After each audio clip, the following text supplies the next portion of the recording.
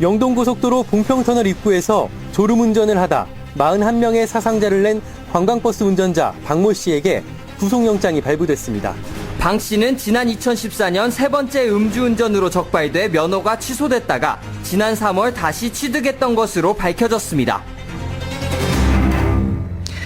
지난 17일 영동고속도로 봉평터널에서 발생한 오중 추돌 사고.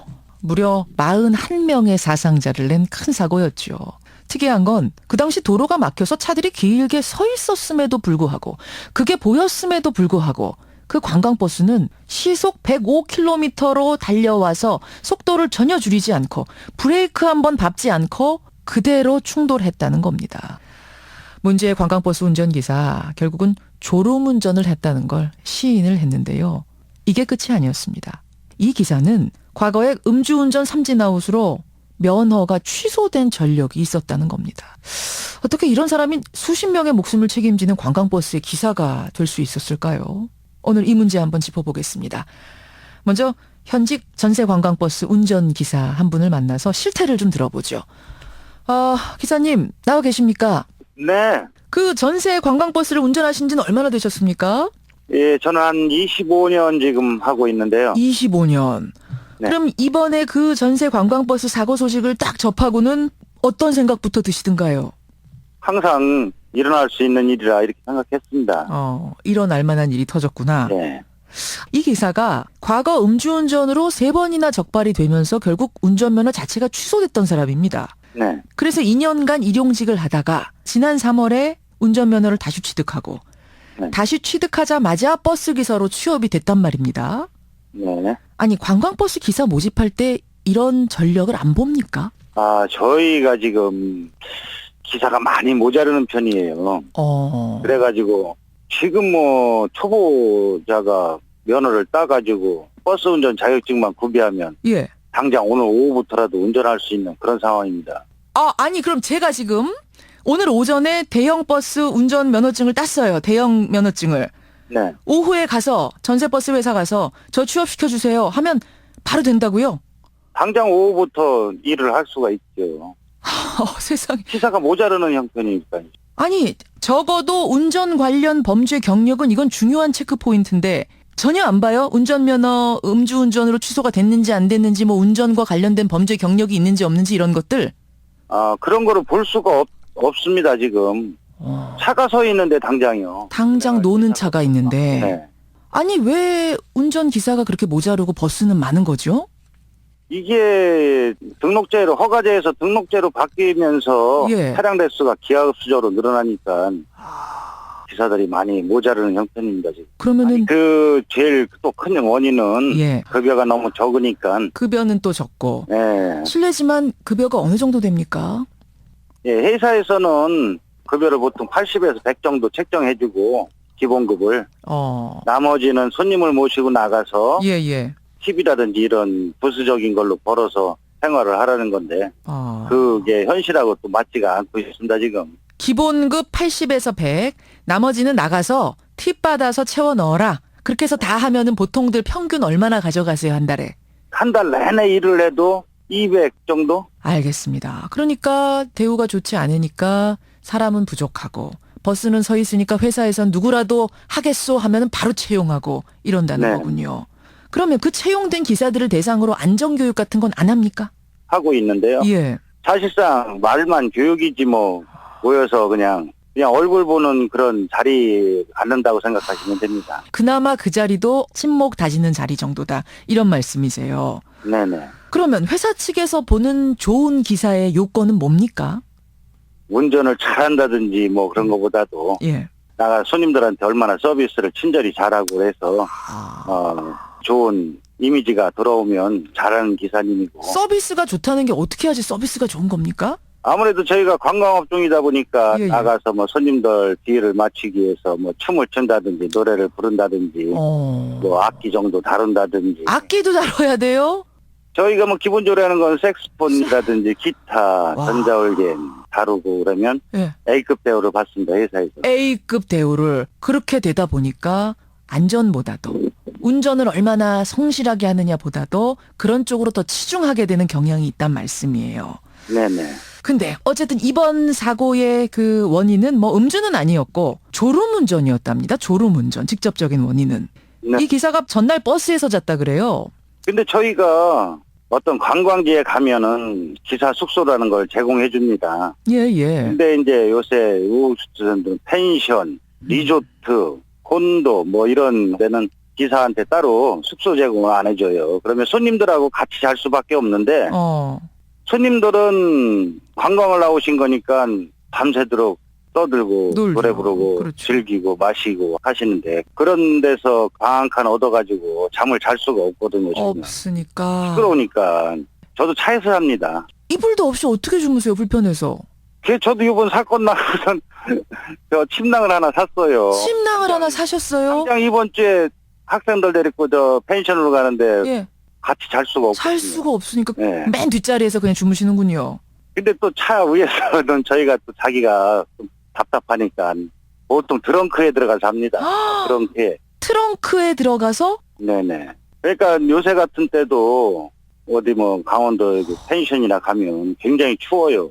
그렇군요. 그러니까 그 전날 버스에서 잤다는 것이 이 기사만의 특이한 일이 아니라 일반적으로 전세버스 기사님들 다 거예요. 저희 관광버스 기사들은 다 겪고 있는 겁니다. 겪고 있는 일. 알겠습니다. 혹시 장거리 뛰다가 휴대폰 확인하는 분들도 목격해 보셨어요? 휴대폰 많이 쓸 수밖에 없는 시대가 왔어요. 손님들이 원하는 요구사항도 많아지고. 어허. 어디를 지나가면, 저기 뭐가 있는데 저게 뭐냐 이렇게 보신단 말이에요. 그러면은 스마트폰에 검색할 수밖에 없습니다. 그렇군요. 그런 거에서 대답을 못하면은 예. 손님이 다음엔 또 안 부르지 않습니까? 그렇군요. 혹시 지금 못다한 이야기들 중에 이건 좀 꼭 알았으면 좋겠다 하시는 내용이 있다면 전해주시죠. 이번에 사고 난 기사님 잘못도 있지만 예. 버스 운전하는 기사로서 너무 많은 어려움이 있습니다. 손님을 모시고 다니는데 음흠. 이런 거를 좀 정부 차원에서라도 보완하고 해결해 주셨으면 합니다. 예, 뭐 그 지금 문제의 기사가 잘했다는 건 절대 아니지만 그 뒤에 숨은 구조적인 문제들도 함께 들여다봐 달라 이런 말씀이세요? 네네. 예, 오늘 고맙습니다. 안전운전 하시고요. 네, 감사합니다. 예, 현재 한 전세버스 회사에서 기사로 일하는 분의 이야기를 들어봤습니다.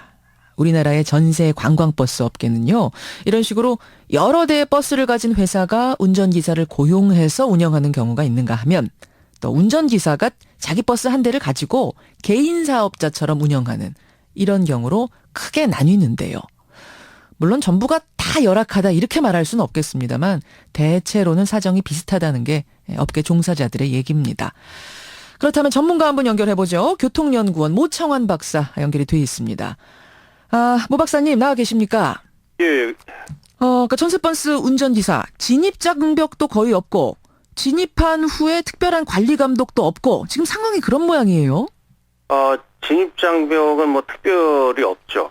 그래서 이제 그런 것들은 좀 이렇게 강화되는 방향으로 가는 것이 맞지 않나 싶어요. 그래서 여러 가지 그 음주운전 같으면 아주 중요하고 그다음에 또 마약이라든지 이런 것들에 대해서는 이렇게 매년 이렇게 체크를 한다든지 이런 장치들도 좀 필요하지 않나 싶어요. 예. 그래요. 그러니까 이게 최소한의 규제 장치 없이 이렇게 사람을 뽑아서 무리하게 운영을 하는 것, 그 근본적인 이유는 뭡니까? 왜 이런 문제가 발생하는 거죠?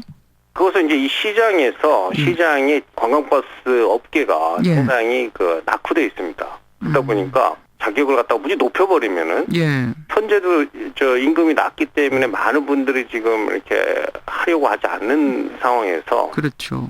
그런 어떤 시장 여건하고 잘 안 맞는 게 좀 있습니다. 왜 전세버스 업체가 그럼 이렇게 낙후되어 있는가 생각해 보면 지금 업체 간의 경쟁이 굉장히 치열한 거예요.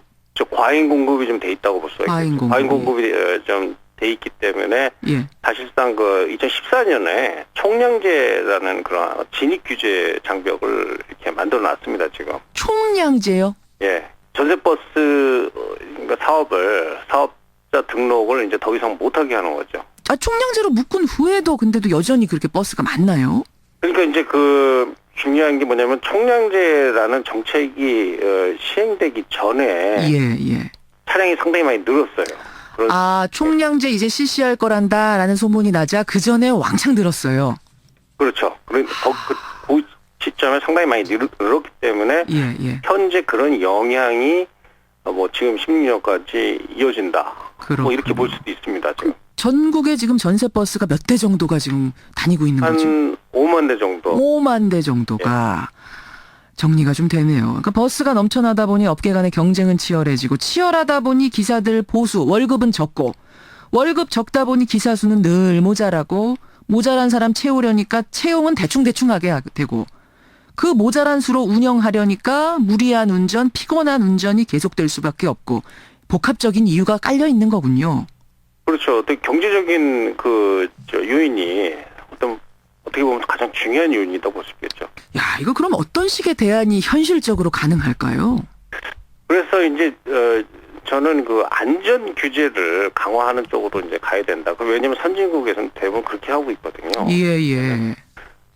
운전자의 그 운전 시간을 제한을 하는 겁니다. 예를 들어가지고 일일 9시간 운전 시간으로 제한하고 그리고 연속으로 운전할 때는 4시간 이상을 못하게 하고 교대로 그 운전을 해요. 교대로 할 수 있게. 그렇기 때문에 그렇게 되면 이제 문제는 뭐냐면은 예. 요금 수준이 올라가게 되겠죠. 바로 그거죠. 관광버스 이용자들이 이제 부담해야 되는 요금이 올라가는 이제 그런 문제는 이제 발생을 할 수가 있습니다. 그 지금 버스 회사들 이렇게 지금 너무나 경쟁이 치열해서 서로 요금 낮추려고 하는데 과연 이걸 받아들일까요? 기본적으로 예. 단속을 하는 게 이제 그렇죠. 중요한데 영국 같은 경우는 어떻게 하고 있냐면은 이런 어떤 그 단속 기관을 만들어서 예. 보사라는 그 단속 기관을 만들어서 그 단속 기관이 사업용 자동차를 단속하는 상시적으로 그렇게 해서 그러한 여러 가지 운행 기록계 점검이라든지 예. 이런 것들을 지금 하고 있습니다. 따로 단속반을 두어서 운영할 정도로 엄격하게 외국에서는 규제를 하고 있군요. 관리를 하고 있군요. 그렇죠. 거기에 비하면 우린 너무 허술했던 게 아닌가. 그런 면에서 본다면 아까 앞에 저 운전기사 한 분의 말씀처럼 터질 게 터진 것이다. 터질 수밖에 없는 사고였다. 이런 이야기가 나오는 거네요. 알겠습니다. 여기까지 말씀 듣겠습니다. 고맙습니다, 박사님. 네, 감사합니다. 예, 교통연구원 모창원 박사까지 연결해 봤습니다.